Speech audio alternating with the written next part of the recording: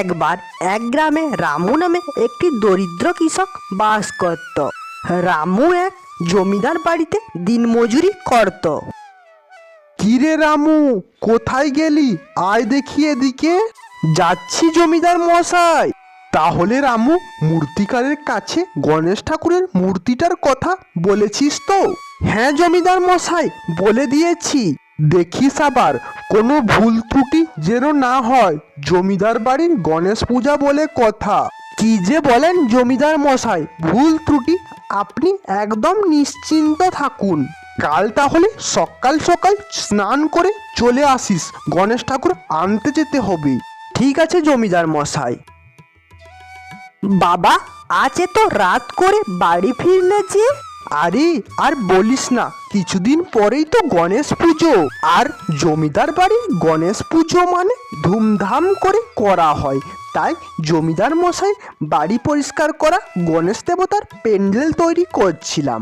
এখন চলো তাড়াতাড়ি ঘুমিয়ে পড়ি, কাল আবার সকাল সকাল যেতে হবে। সকাল সকাল কেন যাবে বাবা?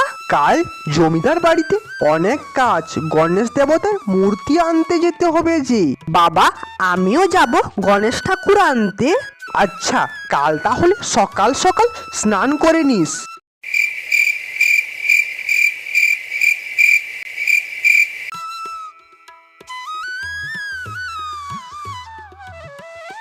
পরের দিন সকালে রামু তার ছেলেকে নিয়ে জমিদার বাড়িতে এসে পৌঁছায়। রামু, এসেছিস? তোর ছেলেকেও নিয়ে এসেছিস? ঠিক আছে, এখন তবে চল গণেশ ঠাকুরটা নিয়ে আসি। তারপর সবাই মিলে গ্রামের মূর্তিকারের কাছে আসে। কি বাবু, কেমন মূর্তি চাই আপনাদের? আপনার এখানে সব থেকে ভালো মূর্তিটা দিন।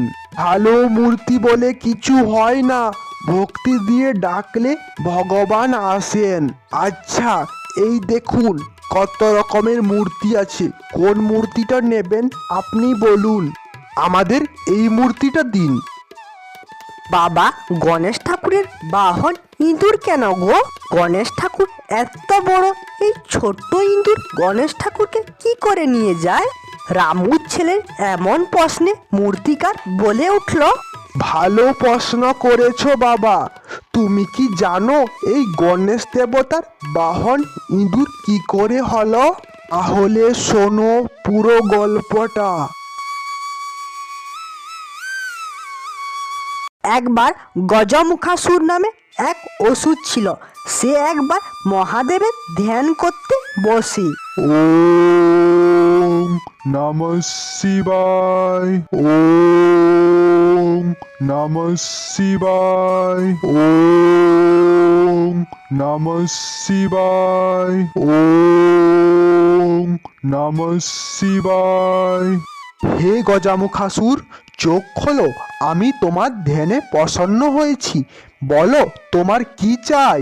প্রণাম মহাদেব, আমাকে যেন কোনো দেবতা, কোনো মানুষ, কোনো পশু পক্ষী আমাকে যেন পরাস্ত করতে না পারে। তথাস্তু, এমনটাই হবে গজামুখাসুর।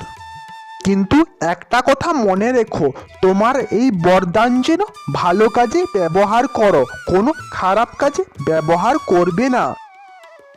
আমি গজামুখাসুর, মহাদেবের বরে আমি এখন অমর। হা হা হা, হা হা হা। ছল করে মহাদেবের কাছ থেকে নিয়েছি বর। কে আছে আমাকে এখন পরাস্ত করবে? হা হা হা। গজামুখাসুর মহাদেবের বর পেয়ে পৃথিবীর সমস্ত মানুষের উপর অত্যাচার চালায়। বাঁচাও বাঁচাও বাঁচাও।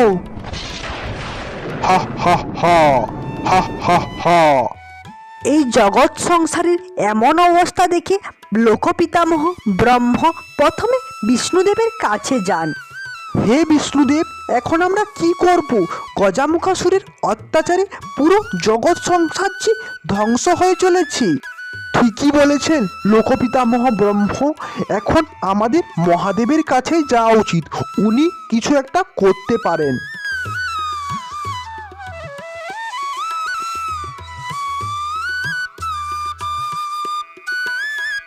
প্রণাম মহাদেব।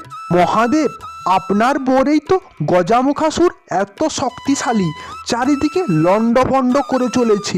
এমনই যদি চলতে থাকে তাহলে এই জগৎ সংসার ধ্বংস হয়ে যাবে। মহাদেব, এখন কি করা যায় আপনি বলুন।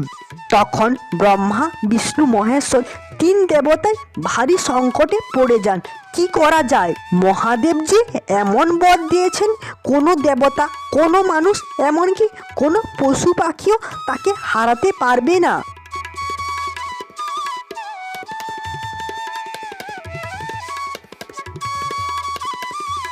তখনই সেখানে ছোট্ট গণেশ চলে আসেন। প্রণাম পিতা, প্রণাম ব্রহ্মদেব, প্রণাম বিষ্ণুদেব। তখন মহাদেব গণেশকে দেখে বলে উঠলেন, আমি কি বর দিয়েছি? কোনো দেবতা, কোনো মানুষ, এমনকি কোনো পশু তাকে পরাজিত করতে পারবে না। কিন্তু আমার পুত্র গণেশ সেই পারে এমন সময় সবাইকে রক্ষা করতে, কারণ তার মাথা হাতির আর শরীর মানুষের। সে না পশু না মানুষ। কিন্তু মহাদেব, গণেশ তো ছোট্ট বালক, এটা কি ঠিক হবে? আমি একদম ঠিক সিদ্ধান্ত নিয়েছি। যথা আজ্ঞা মহাদেব। গণেশ, তুমি যাও, গজামুখাসুরকে পরাজিত করে পুরো পৃথিবীকে রক্ষা করো। যথা আজ্ঞা পিতা। গজমুখাসুর মর্তের সমস্ত কিছু ধ্বংস করে স্বর্গের দিকে রওনা দেয়। আমি গজামুখাসুর, হা হা হা, মর্ত করেছি ধ্বংস, এখন করব স্বর্গ ধ্বংস। স্বর্গ যাওয়ার আগে তোমাকে আমার সাথে যুদ্ধ করতে হবে। হে মূর্খ বালক, আমার পথ ছেড়ে দাঁড়াও, না হয় তোমারও মৃত্যু হবে। আমি শিব পার্বতী পুত্র গণেশ, আমি তোমাকে যুদ্ধের জন্য আহ্বান করছি। আসো, আমার সাথে যুদ্ধ করো। হা হা হা, শেষে কিনা দেবতারা এই ছোট্ট বালককে পাঠিয়েছে আমার সাথে যুদ্ধ করতে। যাও বালক, আমি তোমাকে ক্ষমা করছি, তুমি এখান থেকে চলে যাও। মূর্খ গজামুখাসুর, এসো আমার সাথে যুদ্ধ করো। তখন গজামুখাসুর ও গণেশের মধ্যে তুমুল যুদ্ধ শুরু হয়।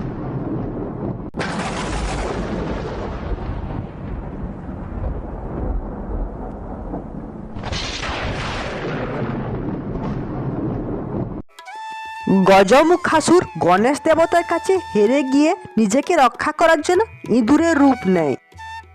তখন অতি চালাক গণেশ সেই ইঁদুরের উপর বসে যান। আমাকে ছেড়ে দিন প্রভু, আমি হার মানছি, আমি আমার ভুল বুঝতে পেরেছি। তাহলে গজামুখাসুর, তোমাকে কি শাস্তি দেয়া যাবে তুমি বলো? আমাকে আপনার চরণে থাকার শাস্তি দিন প্রভু। আমি আপনার বাহন হয়ে সারা জীবন আপনাকে সেবা করতে চাই। আচ্ছা ঠিক আছে গজামুখাসুর, আজ থেকে তুমি আমার বাহন ইঁদুর হয়ে থাকবে। এখন জানতে পারলে গণেশ দেবতার বাহন ইঁদুর কোথা থেকে এসেছে? তাহলে ইঁদুর একটা ওষুধ ছিল। তাহলে ছোট্ট বন্ধুরা, কে কে আগে থেকে আমার পরিচয় জানতে কমেন্টে জানাতে ভুলবে না কিন্তু।